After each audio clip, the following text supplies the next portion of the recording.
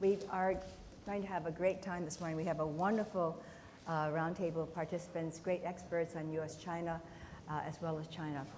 Before we go into our discussion, I just might alert you that at your seats you'll find note cards. And I'm sure that you will have questions that you would like to ask of our participants. So feel free to put your questions on the note cards. They will be collected by our staff and then sent over to me. And those of you who are tweeting, there will be an ability, you see the hash sign on the slide. If you can include that in your tweet, those questions will also be delivered to us. So we will have a conversation amongst all of us, and then we will save time at the end for Q&A because that's always the most interesting part of our discussion. What I might do is throw out some questions to our esteemed participants and give each person a chance to address it from their own perspective. And we think that would be a good format because our participants come from different perspectives, from within China, from outside, and I think the questions are often complex, and the more rich the perspectives that brought to the answers, we thought the more beneficial they would be for you. The first question is one that is probably the big elephant in the room. If we're going to talk about the change in leadership in China and the impact on U.S.-China relations, the first question that comes to mind is in the headlines every day. What will be the change in the potential composition of the new leadership given the Bo Xilai situation? Because prior to that, it seemed fairly much business as usual. People pretty much figured out what was going to be going on in China. No big surprises, very orderly transition. But in the turmoil of the last few weeks, everything's up for grabs. And a lot of roles may be changed. It's causing some consternation in China and certainly active inquiry in America. So let me ask our participants, what do you think the Bo Xilai situation, what changes might it be creating in the ultimate composition of the new leadership in China? I might start with Yasheng Huang. Okay. Thank you. Thank you, Ms. Wang, and I appreciate the invitation to speak, and I greatly admire the work done by C100. I think I was sitting next to Hando Li yesterday, and he made an excellent point, which I should attribute to him. He made the point that the Bo Xilai himself was a very divisive figure. Removing a divisive figure from Chinese politics, even though the process of that was divisive, but in the long run, it has a unifying effect on Chinese politics. So I think there's a lot of legitimacy, validity with that view. Look at what he has done in Chongqing. He was raising the ultra-nationalistic sentiment. He was campaigning on mostly anti-entrepreneurial, redistributive program of economic policies. And he was bringing back China to the 1960s and 1970s by this stupefying Red Song campaign, which raised international suspicions about where China was moving. By the way, I think any political system, by getting rid of a corrupt official and potentially an accomplice to a murderer, is a good thing, and all things considered.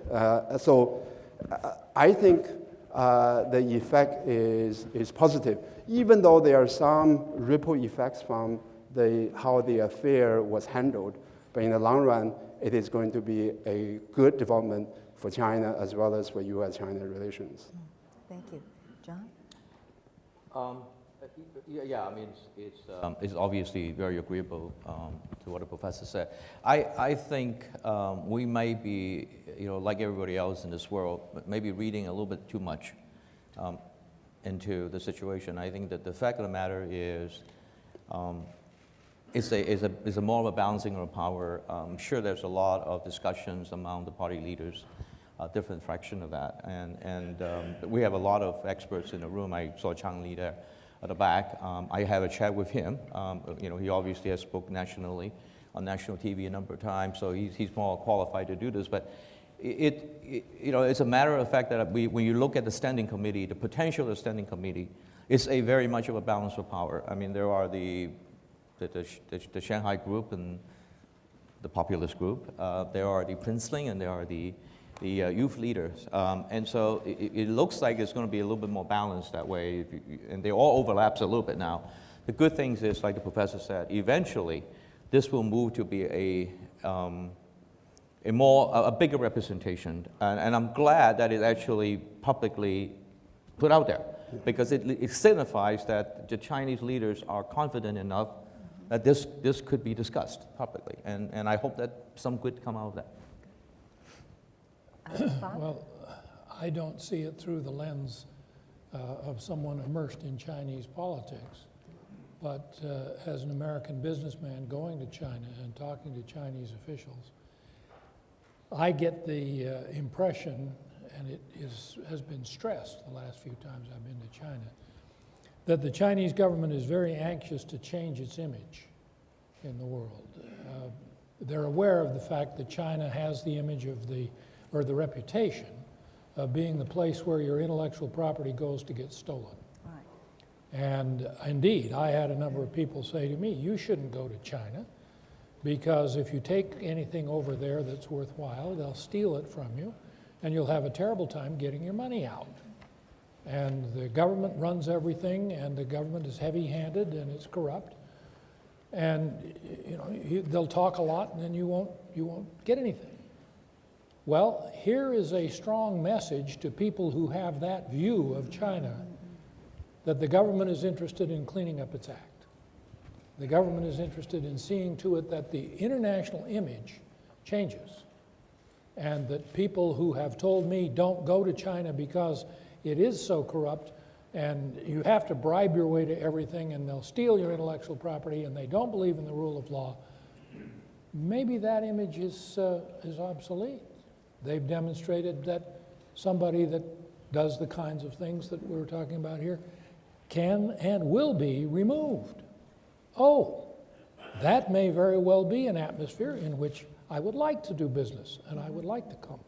So, from a completely different point of view than folks who have the Chinese analysis in their bones, right, that is the reaction that I see many people taking out of this incident.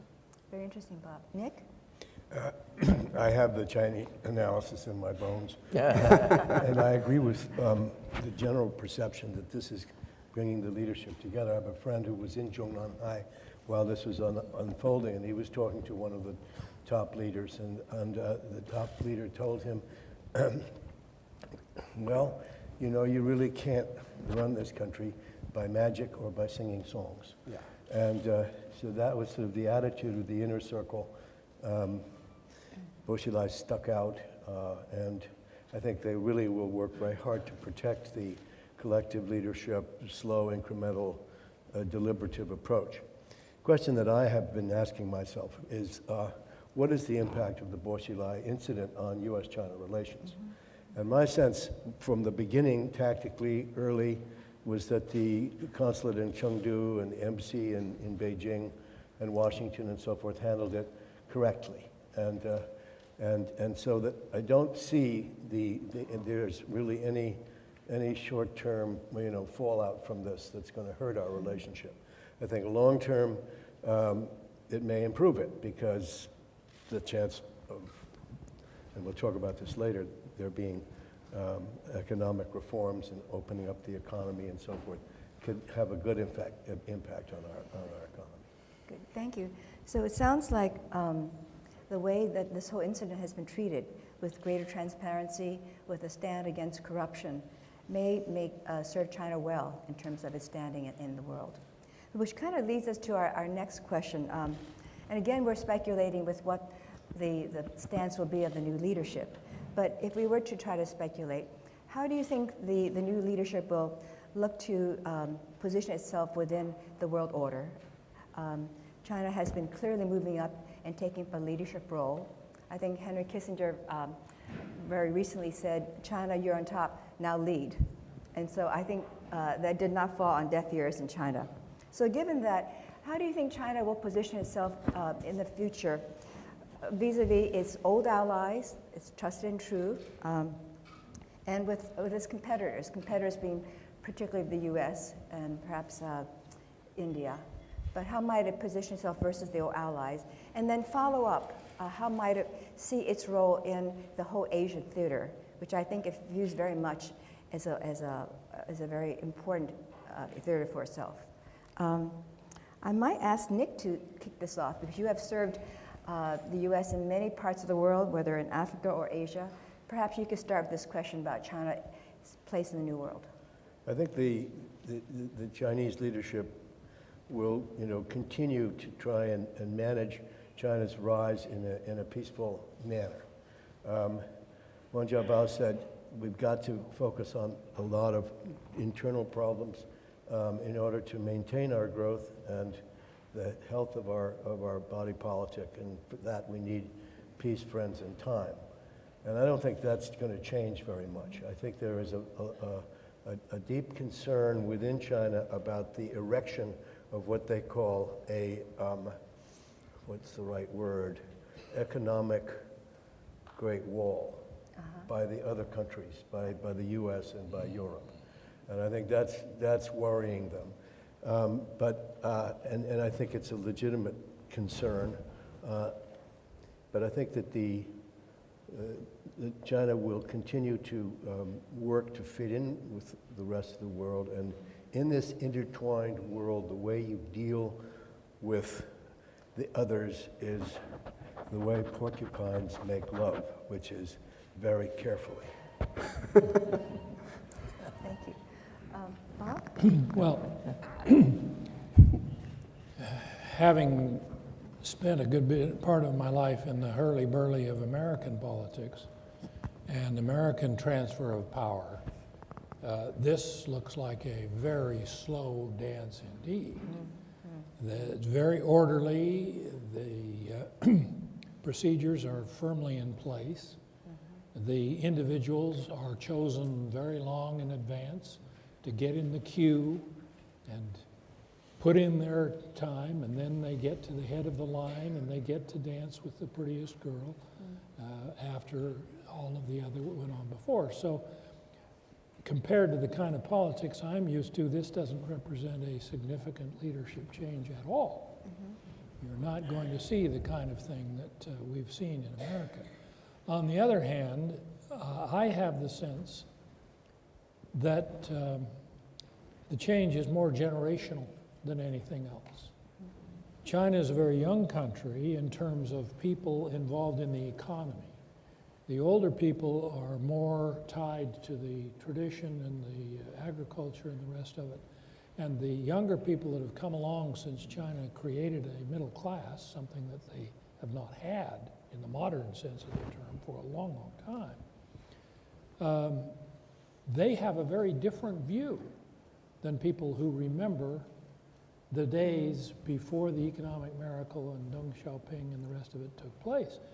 And they are a little impatient that they're not as represented in the leadership as they would like to be.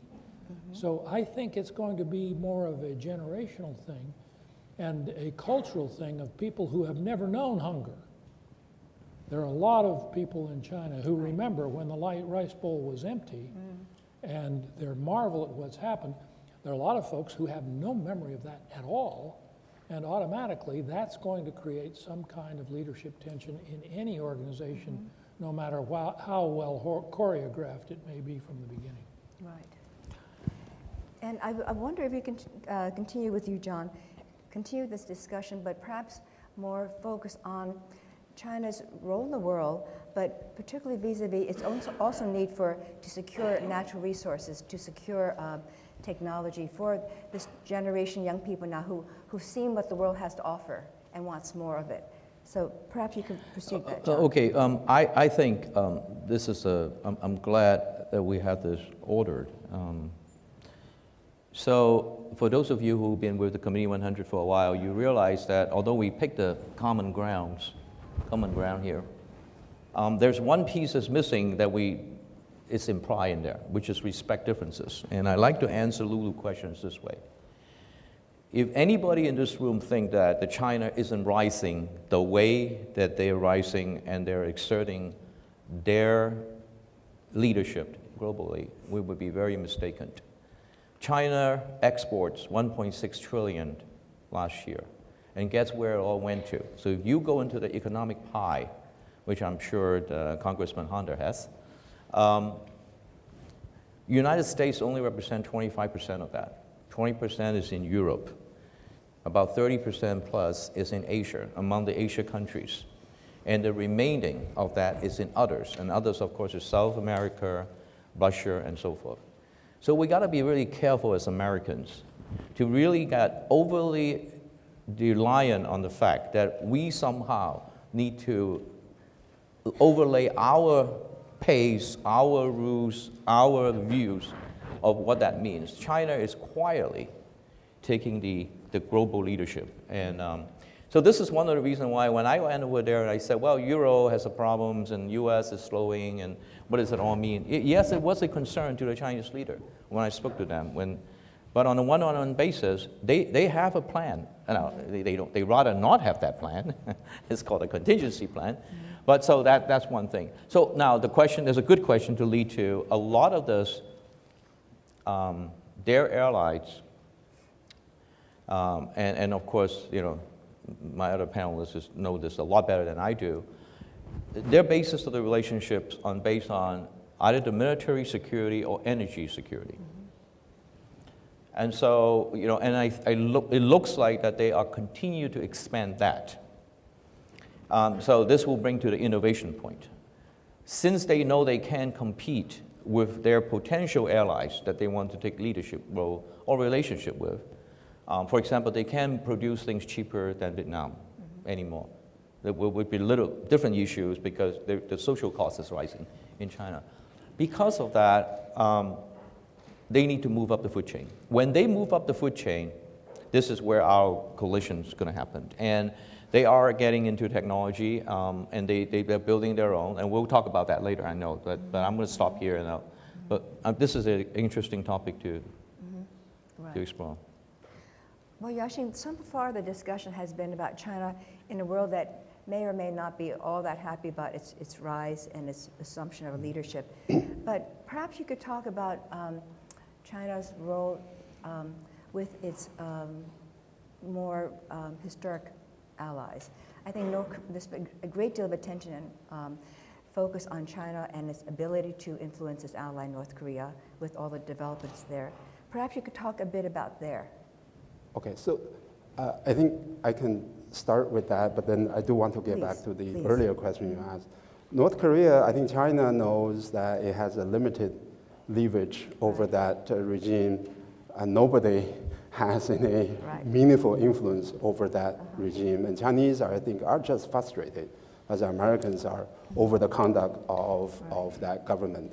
So it's a little bit wrong, I think, on the part of the international community to attribute so much power to China in terms of North Korea. But let me go back to your earlier question about the rise of China. Historically, there have been two kinds of economic rising powers. One, before the World War II, Japan and Germany, they basically, and by the way, Soviet Union grew extremely fast during that period of time. They grew by being outside of the international system, international trading system, market economy, a lot of emphasis on state-controlled model of economic growth. And then there was the US overtaking Britain in the late 19th century. That rise was a result of participating in the international economic order, market system, property rights, financial development. And that rise did not really, I mean, we're talking about relative shift of the GDP, UK vis-a-vis US, but it is not really achieved at the expense of United Kingdom. I would put China closer to the US kind of rise to preeminence as compared with the rise of Japan and Germany before World War II. China has been the biggest beneficiary of the world economic system in terms of dollar standard that gives the predictability and the means of exchange and accounting facility. China is a big trader, and the rise of China is a result of that economic system. Many in China recognize that, and I would argue that it is very important not to forget that. China has benefited from the way that the world economic system has been configured. There are problems with that system given how the US is handling its deficit and the debt level. So there's a legitimate question to be had about the role of the dollar vis-a-vis the yen as a reserve currency. But I think it is not in China's interest to fundamentally challenge a system that has provided technology, market opportunities, and we were talking just now, multinational corporations have brought labor standards to China, higher wages, and even some incipient notions of human rights, right? So I think my worry is that many Americans don't recognize that, which is that China has benefited. China probably is the biggest beneficiary. My bigger worry is that even some Chinese don't recognize that. They see the rise of China more as a zero-sum kind of phenomenon, as opposed to be a positive sum kind of a phenomenon. And I worry about that mentality because it is really not in China's interest to really rewrite the rules of international trade and international investment. Right. Actually, I wanted to follow up a bit. I mentioned earlier about China's view of its role within the Asia theater. That has been an area of some friction with the US, because China really views Asia as its backyard. And when it sees the US in there, it feels that it's really been, it's been disrespected. And these are issues of not only national pride, but also national security for China. How do you see that being resolved? How can it be in a way that the US is able to feel comfortable with its own security interests, and yet China does not feel that it's been, quote, invaded? And open to any view. Can I go back very quickly to what he just said, because I think it's a very important point that we shouldn't gloss over so quickly. Karl Marx was an economist. Lenin was a tyrant. And he used Marxian ideology to tyrannize his people. And they paid a huge economic price because Karl Marx's economics were wrong. And Adam Smith was right. And basically what you're saying is the Chinese, post-Mao, Deng Xiaoping, made the decision they were going to go with Adam Smith. Yeah, that's right. Which makes them natural allies of the United States. Right.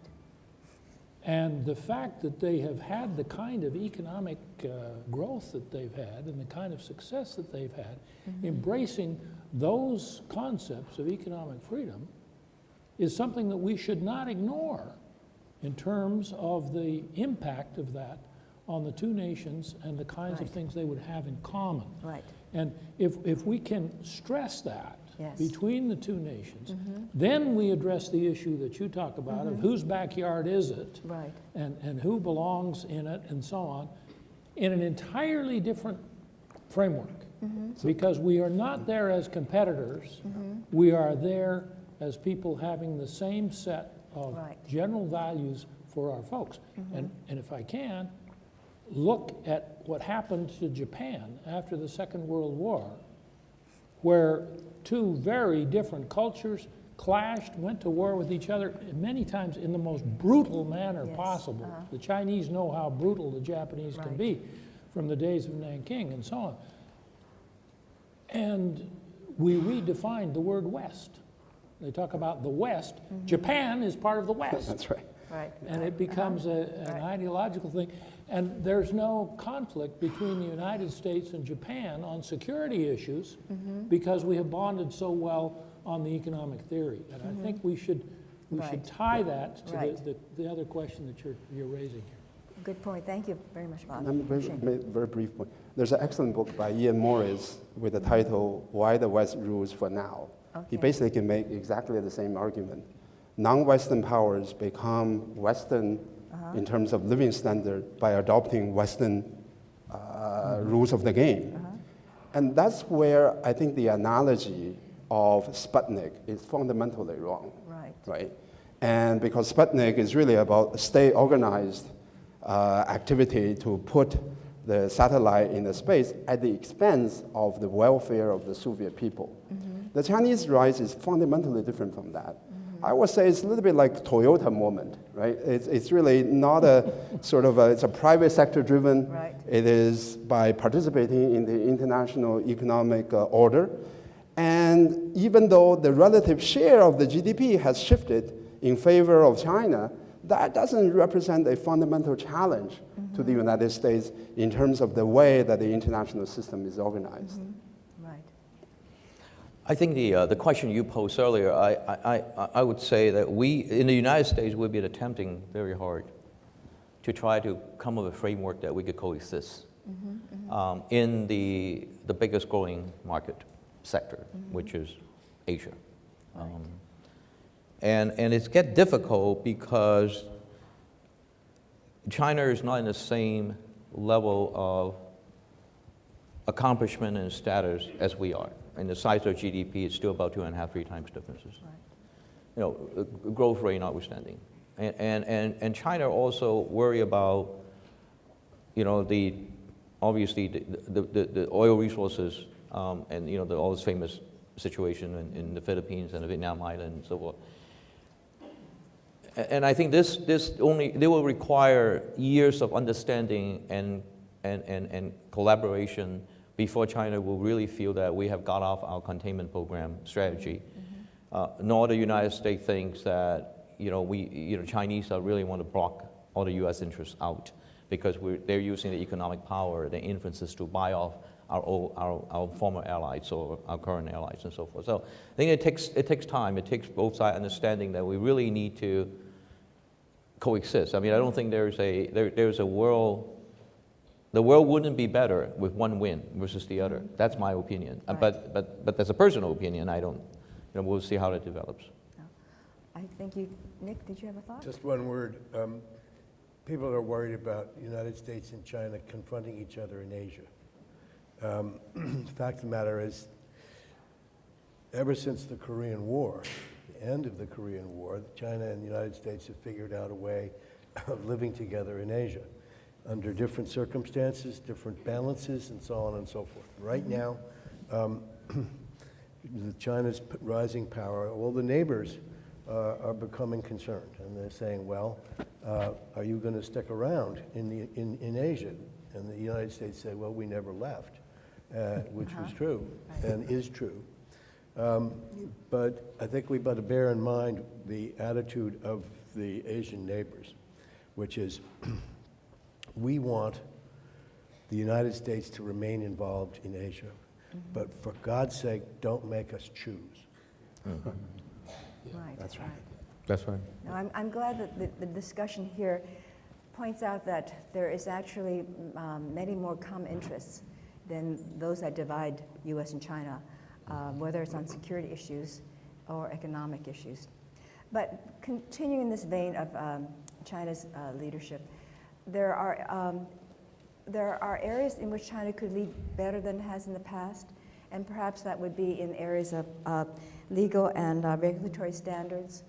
There's always concern that perhaps the commercial interests are not well protected in China, but going forward, as China becomes the author of more and more commercial interests and becomes more entrepreneurial, more innovative, going forward, do you think China will sit at the table and perhaps even lead in the world discussion of better standards?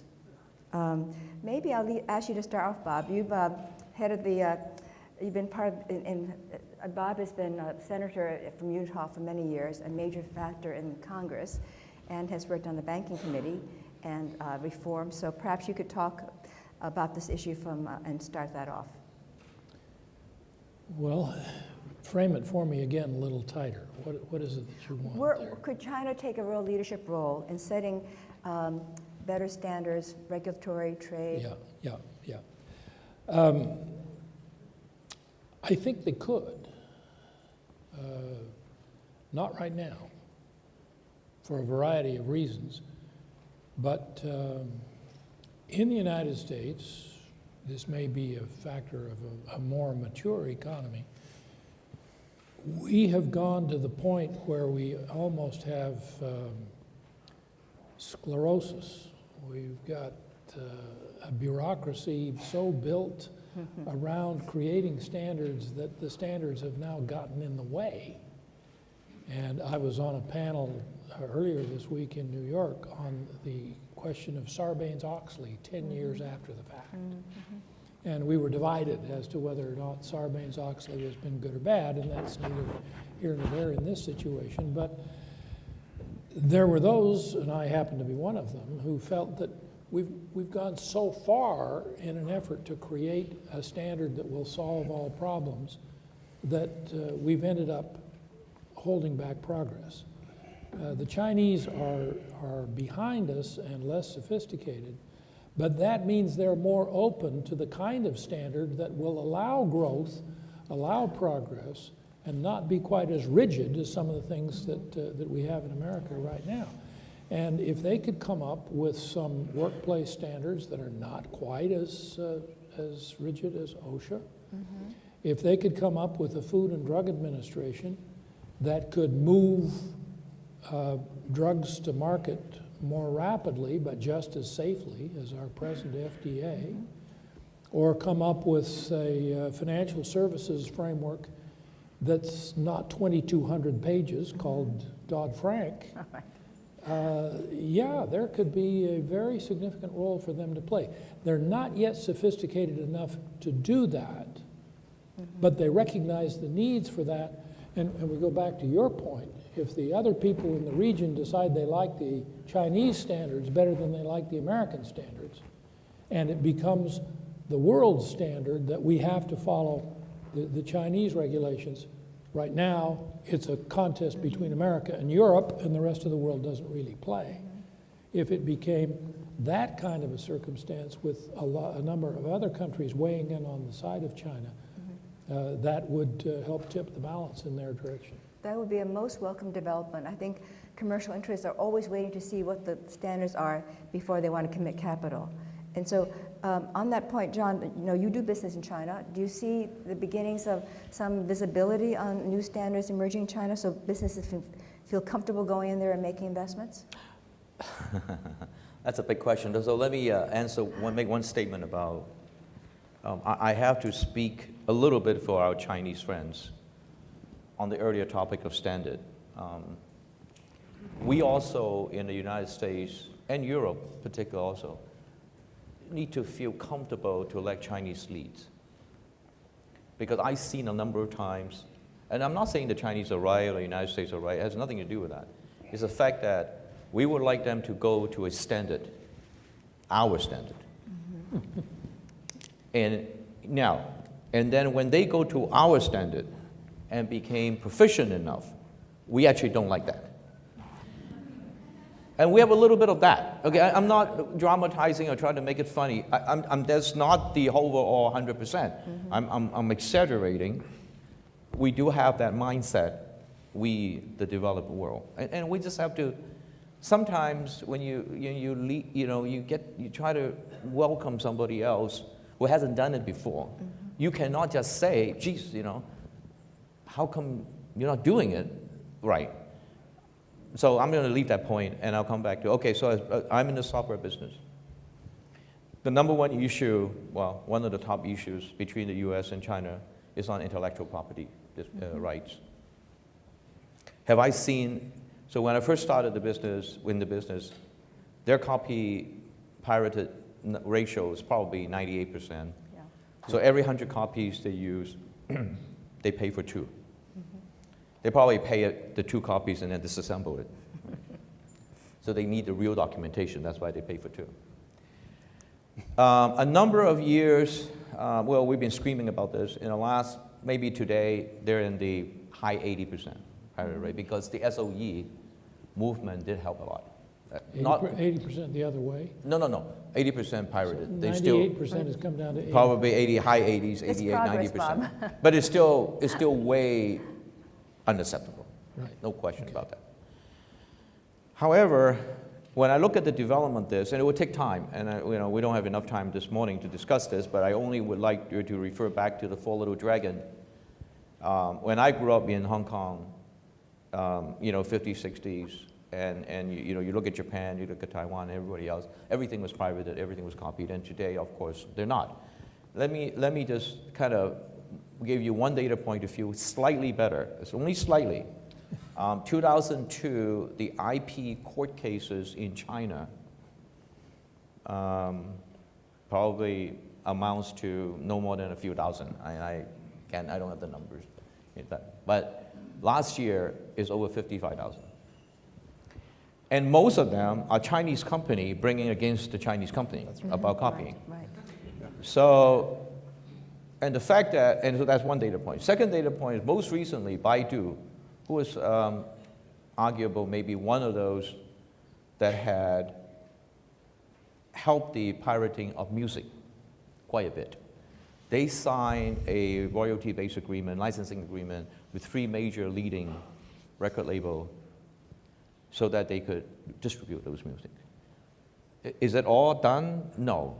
I mean, but it's progress. And so the question is, what does the United States policy ought to be, and the Western policy ought to be to help move that process along and make sure it doesn't get derailed. That's the only. So yeah, it's getting better, but it's still a long ways to go. Right. Now, Yasheng, thank you very much. And follow up on that. There are always conflicting interests within China vis-a-vis new regulations. Yeah. And there's lots of pushback that we don't even hear about from the outside. Can you talk a little bit about the internal dynamics within China vis-a-vis China becoming more regulated and a leader in standards? I think a country does not protect IP when the country is a net recipient of IP. Right. It is only protecting IP when it is the net producer of IP. I think China, I agree very much with John's observation. China is on the edge of transitioning from essentially a net recipient to a net producer. My co-authors and I have done work on using statistical method estimating the Chinese scientific production. Right. And Chinese are producing science in a real way. I mean, we measure production not by quantity, but by quality. Looking at the journal articles published in Science and Nature, these are top-level peer-reviewed journals.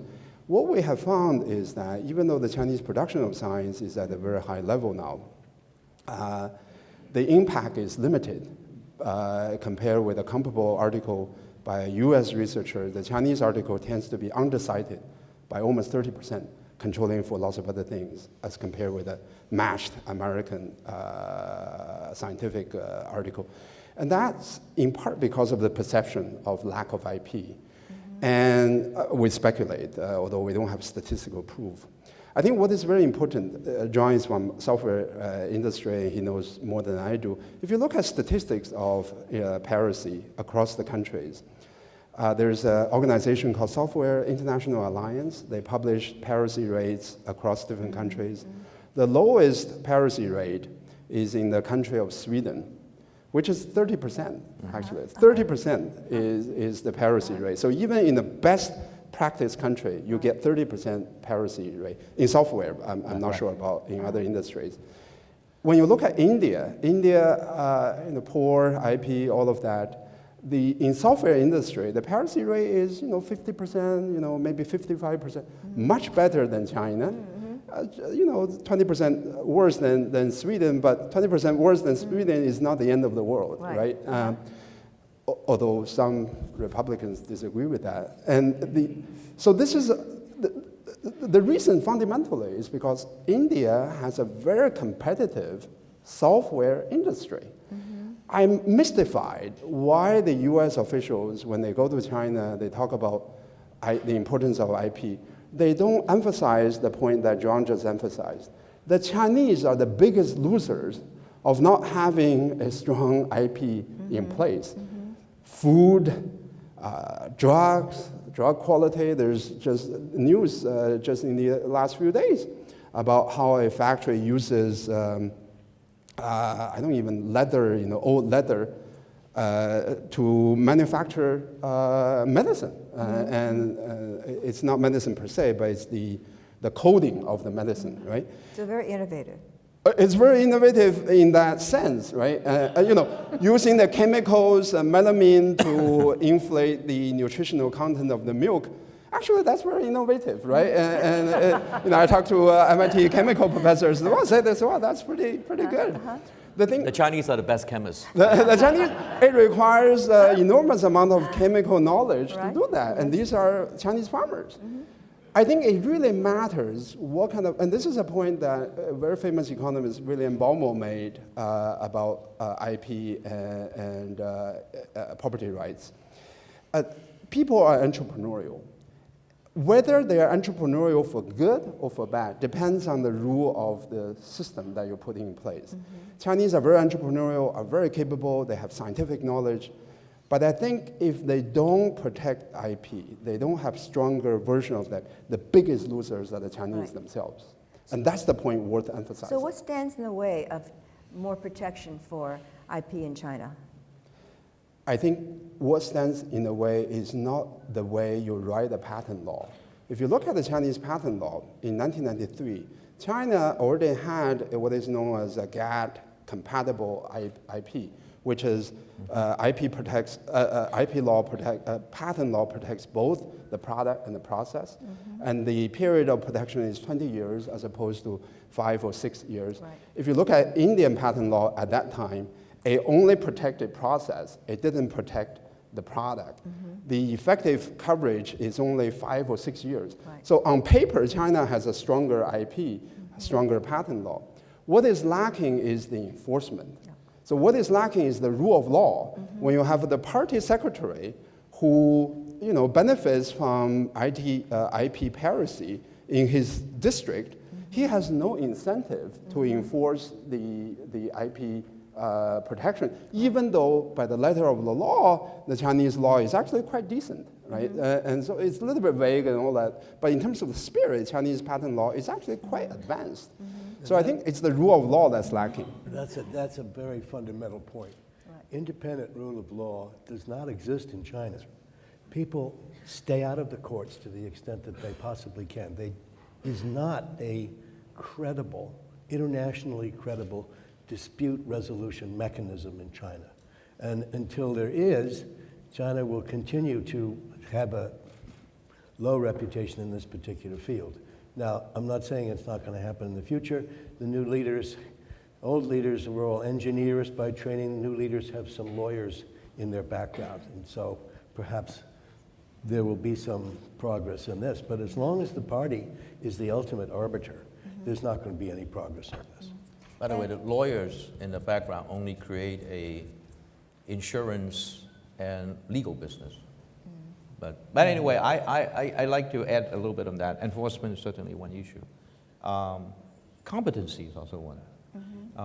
There's a lot of class actually happening that a lot of people from China on the court system side, they came over to I know this is not San Francisco, but UC Berkeley, and they have classes that they need to teach and identify and how to address these issues, especially when you are somewhat fighting some powerful backings behind, and make it more transparent. So, I mean, you're right, we're far behind. And also there's no counterforce. China doesn't have, like in the United States, we have a lot of trade organizations that have constant interaction with our lawmakers. And probably the lawmakers spend most of their time entertaining people like us and on the Hills and talk about policy and enforcement. China doesn't really have that. There's no that outlet. So hopefully over time, the Baidu and the Sohu and all those people will all come together, and then they say, okay, we need to represent our interests together.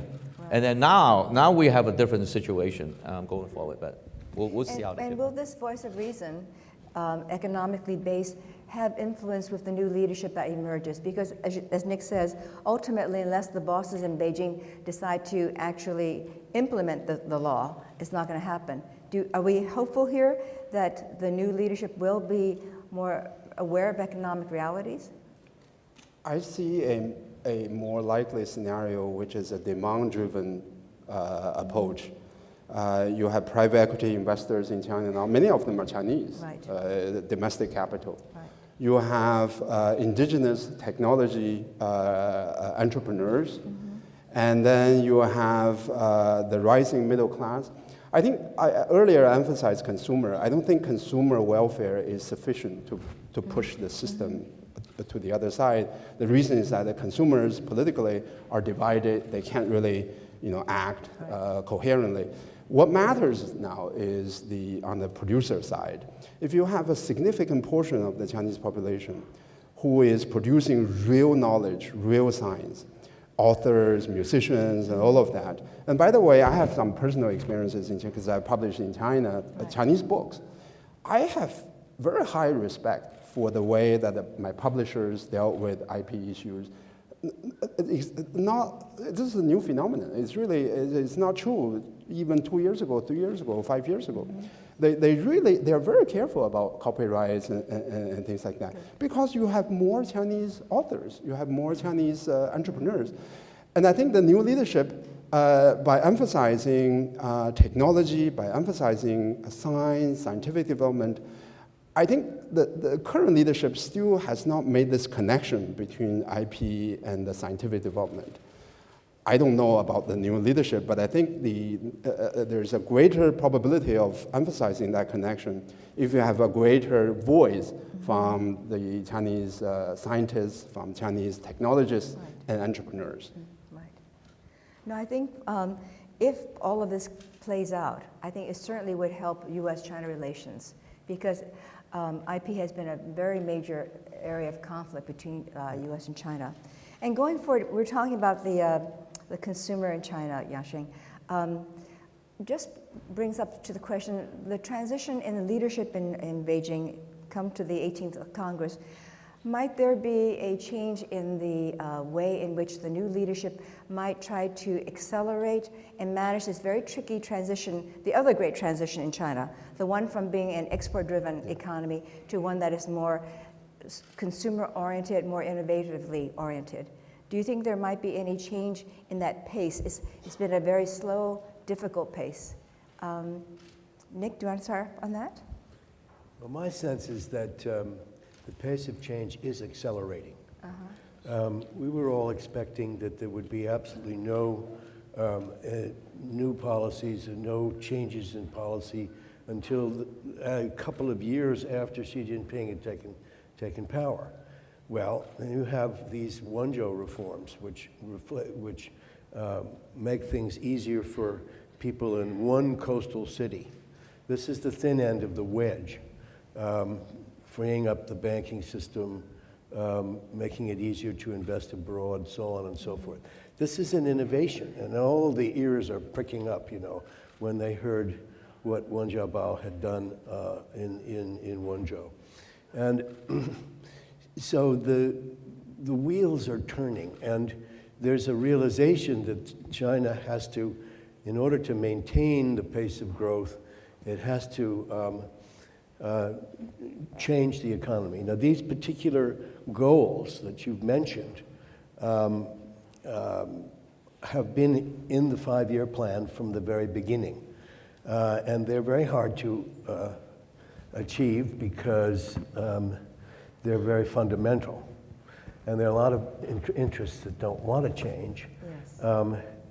And, turning a supertanker takes a long time and quite a lot of space. But I'm surprised at how much talk there is about reforming the banking system, improving exchange rates, price of capital, so on and so forth. So I think there's an added urgency there amongst the leadership, and there's a consensus even developing between the departing leaders and the approaching leaders. Right.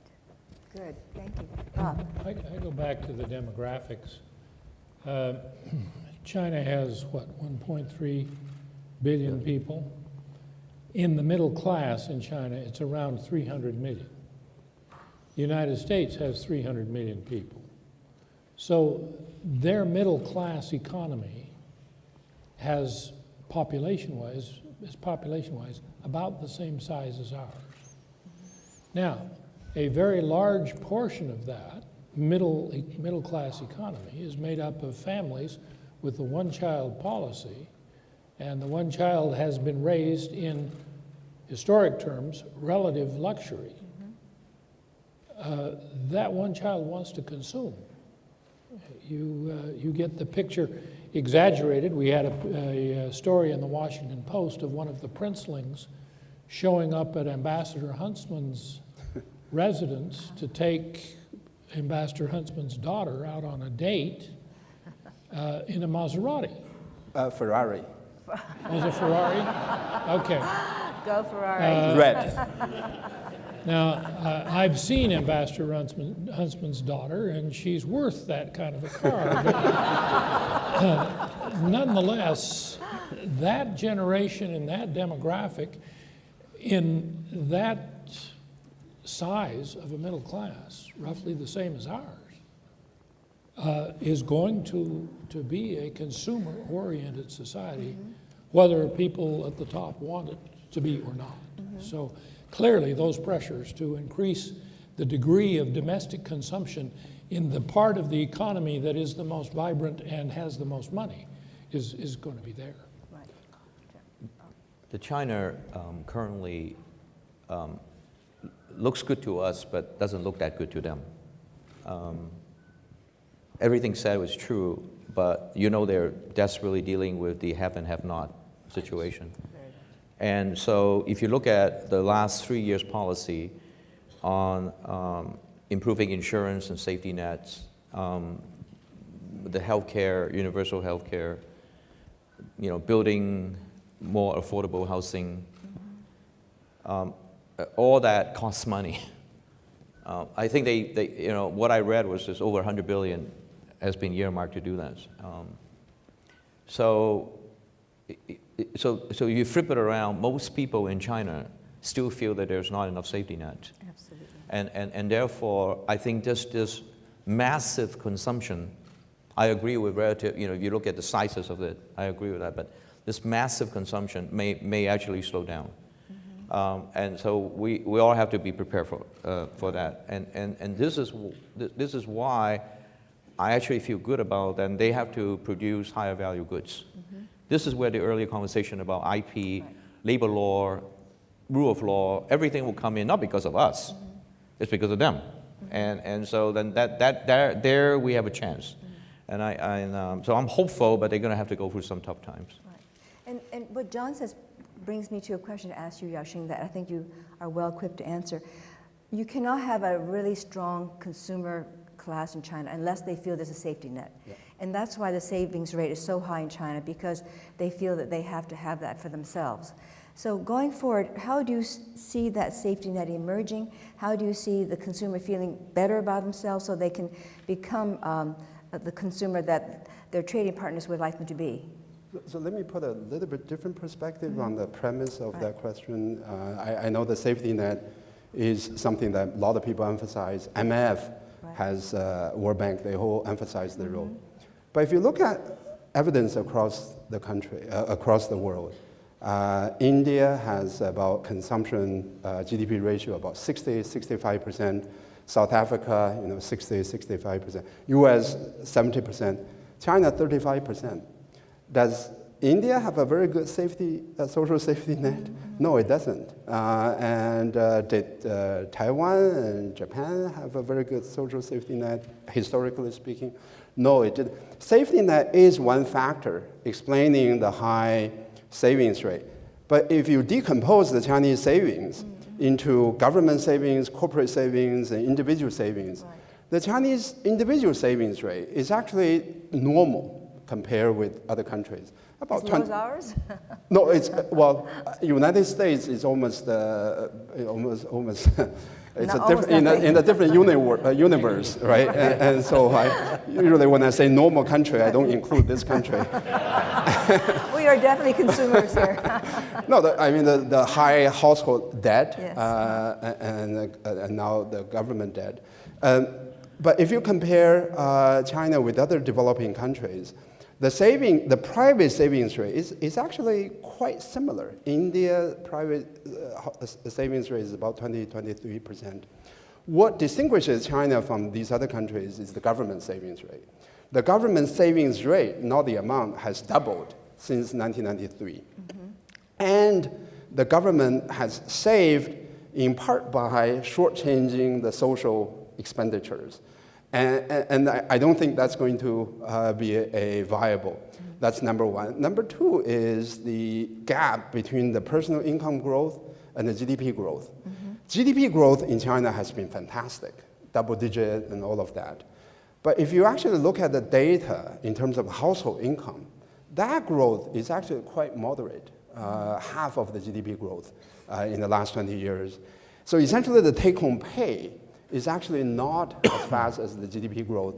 That means that there are basically three actors in the economy: the household sector, the corporate sector, and the government sector. Mostly the government sector has tucking in the benefits of the GDP growth. So that comes down to a political question, right? Moving forward, how do you rebalance the consumption vis-a-vis the investment? You can only rebalance that equation by changing the role of the government, by reducing the size of the government, and by increasing the social provisions of the government. By the way, many people didn't know that. Until fairly recently, the Chinese charged for basic education, even in the rural areas. They charged, right? And the current leadership has changed a lot of that, which I think is the right thing to do. So essentially, the picture there doesn't look very good, by the way. The consumption GDP ratio has not increased, has arguably stayed the same, maybe even slightly declined in the last year. The new leadership, what they're going to do, I think the recent emphasis on the banking sector is a very promising development.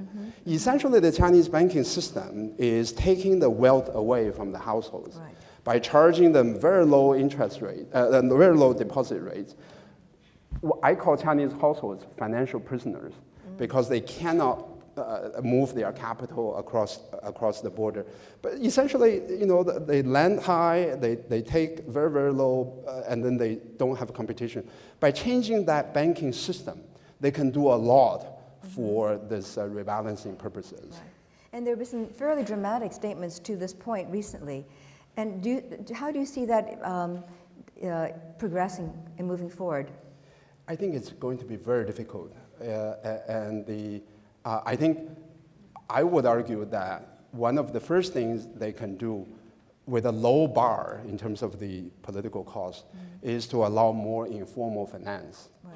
But by the way, there was a Chinese woman, financial entrepreneur, who was on the death row for raising capital.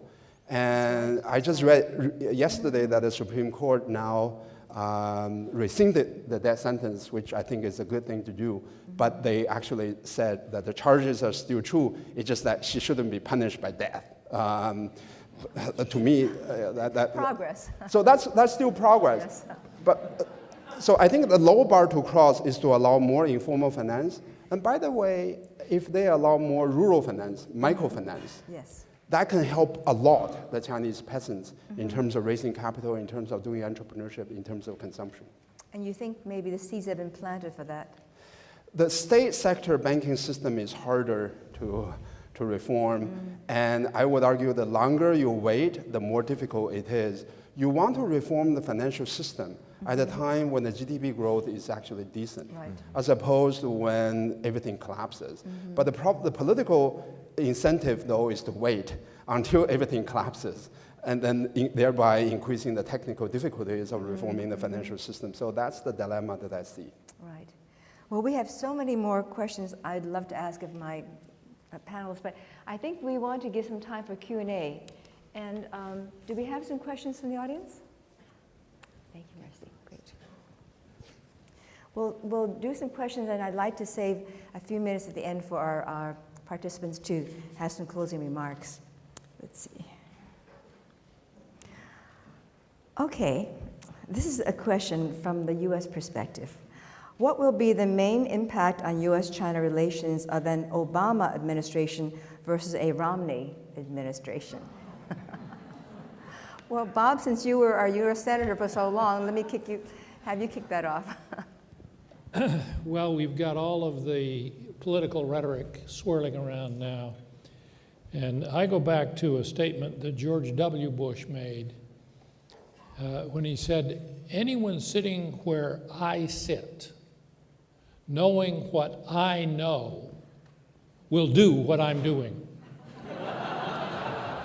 And after President Obama was elected, he followed the Bush plan in Iraq, took the troops out on the Bush schedule. He kept Guantanamo open on the Bush pattern, and he sent Petraeus into Afghanistan to follow the Bush proposals there.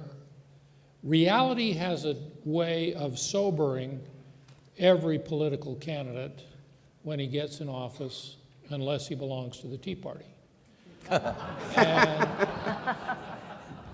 I think the realities of the relationship between China and the United States are very strong, and I think the importance of the relationship is so paramount that in the last analysis it might not make that much difference. Any other thoughts? There's a consensus on this issue. I agree. Yes. Well, I disagree. Oh, good, good. Keep it lively. I think we can legitimately argue. I agree that there's a path dependency dynamic, right? You do what the predecessors have done. But I think we can legitimately argue if Al Gore had been the president in 2003, Iraq would not have been invaded, right? So clearly, who gets to the White House matters, and not just, because how you see the reality matters. And I guess I'm more worried about the Romney administration than the Obama administration. I understand a lot of it is campaign rhetoric and all of that, and the President Romney has to swing back to some sort of the middle ground.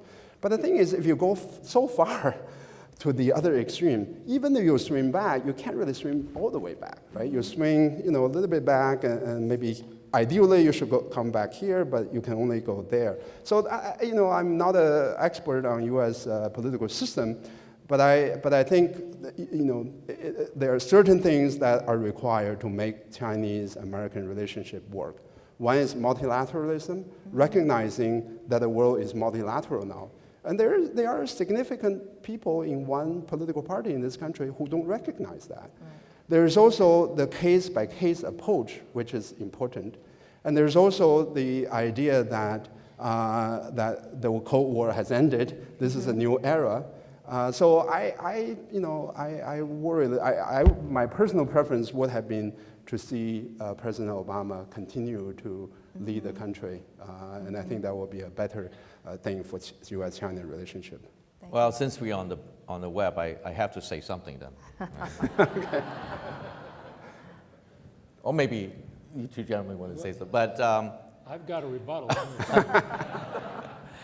if President Obama got reelected, the first thing that he actually needs to do immediately, if not before, is to rebuild the China team. Because after Jeff Bader left, I don't see anybody in the White House that speaks. I mean, we have Japan experts. We have a lot of different experts, but we don't have a China expert. So trying to have an administration try to drive a U.S.-China relations without the experts that, it's going to be very difficult. Rebuttal, your rebuttal. Well, obviously, it would make a difference in style. It will make a difference in appointments. And even when you're faced with reality, you can do dumb things, and politicians very often do. But the answer I gave was couched in long-term rather than short-term circumstance. And if I may, there was another politician from Massachusetts who got himself elected president. I didn't vote for him, but he ran on the missile gap. Anybody remember that? how America had fallen behind, and his first priority was to rebuild America's military might and close the missile gap between the United States and the Soviet Union. And after Jack Kennedy took office, someone asked Secretary McNamara what he was doing to close the missile gap. And he said, there is no missile gap and never has been. And that was the end of the campaign rhetoric on this. Now, I don't know whether the same thing will happen here, but I have enough confidence in Governor Romney and his advisors to think that he will be very realistic about it. And I have been in places where the rhetoric out of the representatives of the Obama administration has been very damaging. And the Chinese in the room were all startled and very worried. And after the panel was through, I said to them, don't pay any attention to that. That's President Obama posturing for political purposes. Mm-hmm. Let me just sum up. Yeah. A constructive relationship between the United States and China is one of the few bipartisan policies that we share and have done so for the last 8 administrations. Okay. Fair enough. We have so many good questions here, but here's one that I don't think we covered in our previous discussion. Does China worry about other Asian economic competitors? We talk so much about China versus the US, but how about China's view about competitors such as India, Vietnam? And what would be its strategy to deal with these competitors and to perhaps work with them very constructively? Any thoughts? Let's talk about technology a little bit. You know, on the technology side of the equation, India is obviously leading. I mean, as far as the software technology side of the equation is leading, but China is doing it right. I think they're building 2 things, which is their infrastructure of technology. I don't know how many people actually know, and probably Jerry Yan may be here, but he probably knows this, but China is going to be one of the first countries in the world to adopt the new internet protocol, the IPv6. That will completely open up the stack and the number of IP addresses. And they already have like 2 times more the internet users than we do. And they have the massively parallel computers, and so they're building the right thing. And one other thing, I know there's a lot of friends here that in venture business. I was pretty impressed with the fact that I saw a report that their VC, the venture capitalists, last year in China is over $7.5 to $8 billion. And we're ranked number 2 in the world. And a lot of them are self-funded, not just United States money. Right. So we got to be, they are building all the right infrastructure. So just as a reference point, United States today about 33 to 35 billion we spend on venture capitalists. So it's catching up really quickly, and I congratulate them. They are building all the right infrastructure around it, and patiently so. So I think their strategy is to have the best infrastructure, and hopefully they get to the rule of law, then they got a really robust engine. Can I talk about please. India? Because Yes. I've also been interested in the country, and I've written about the country and do research. What is remarkable about India? Sometimes we say China vis-a-vis India, but let's just look at India in and of itself. What is remarkable about India is that it is investing about 50% of what China is investing. Mm-hmm. It is achieving a growth rate that is about 80%, 90% of the Chinese growth rate now. Right. So it's the Indian takeoff is more recent as compared with Chinese takeoff, and the base is lower, so all of that. But this is a country that has a lot of obstacles in front of it, right? Let's start with geography. It is in the tropical region of the world. Economic research shows that geography matters. If you're in the tropical region of the world, it's harder to grow. The only exception is Singapore, and most of the successful economies are in temperate zones. Infrastructure is a big drawback. The biggest drawback to me is the lack of basic education. Illiteracy rate is very, very high, especially among women, And that explains what John was talking about. This is a country that can do sophisticated things like software and manufacturing pharmaceutical products, but it is not able to do simple things, right? like manufacturing shirts, manufacturing socks. China is arguably better at doing both things, but China is suffering from this institutional underdevelopment. I would say relative to its potentials, China ought to be doing better than it is doing now in terms of technology, in terms of broad-based economic growth. In terms of Vietnam, I don't see Vietnam as a viable competitor. I mean, the scale is small, and Infrastructure bad. Infrastructure is bad, but Vietnam is growing very fast. By the way, I don't see competition at the country level. I see competition among companies, and the growth of Vietnam, growth of India will be good for China. Right. Opened up markets and things like that. Right. Thank you. Well, we are running out of time, and I apologize. We have so many other good questions, but perhaps you could buttonhole some of our speakers afterwards. But before we end, I just would like to have each of our participants, and perhaps just in 1 minute, give us, after all this very thoughtful discussion about issues that might impact U.S.-China relations, what 1 or 2 things do you think we might leave our audience with as concrete suggestions to improve U.S.-China relations? We'll start with you, Yasheng. Okay, so Lulu, you asked about trust. Yes. Trust both between China and the United States. There's a trust or lack of trust maybe at the policy level, but there could be also lack of trust between the two peoples. And so I think a committee of 100 and people like me, academic, can do more to promote trust between people and people. I have started China Lab programs that bring our students to work with entrepreneurs in China, to work with Chinese students. These are MBA students providing very low-cost business plans and financing plans and marketing plans. I have found doing those things is very beneficial in terms of promoting trust between our students and Chinese. The other thing I would recommend for C committee, a committee of 100, is to open a Twitter, Chinese Twitter in China. Ambassador Gary Locke has been the best ambassador to China, not just in terms of representing the policies, but also representing the U.S. system, what democracy is. He personalizes a lot of these things, and that's propagated through the Chinese social media. And Gary, as you know, is one of our C100 members, but had to give that up to serve the government. In absence. John. In absence. Yes. So we expect to get him back. Absolutely. John. I know a lot of people are very interested in U.S.-China, and all of us have different views. I personally am very constructive of it. It could go wrong, but I think because of practical reason, we'll always come back to the right place.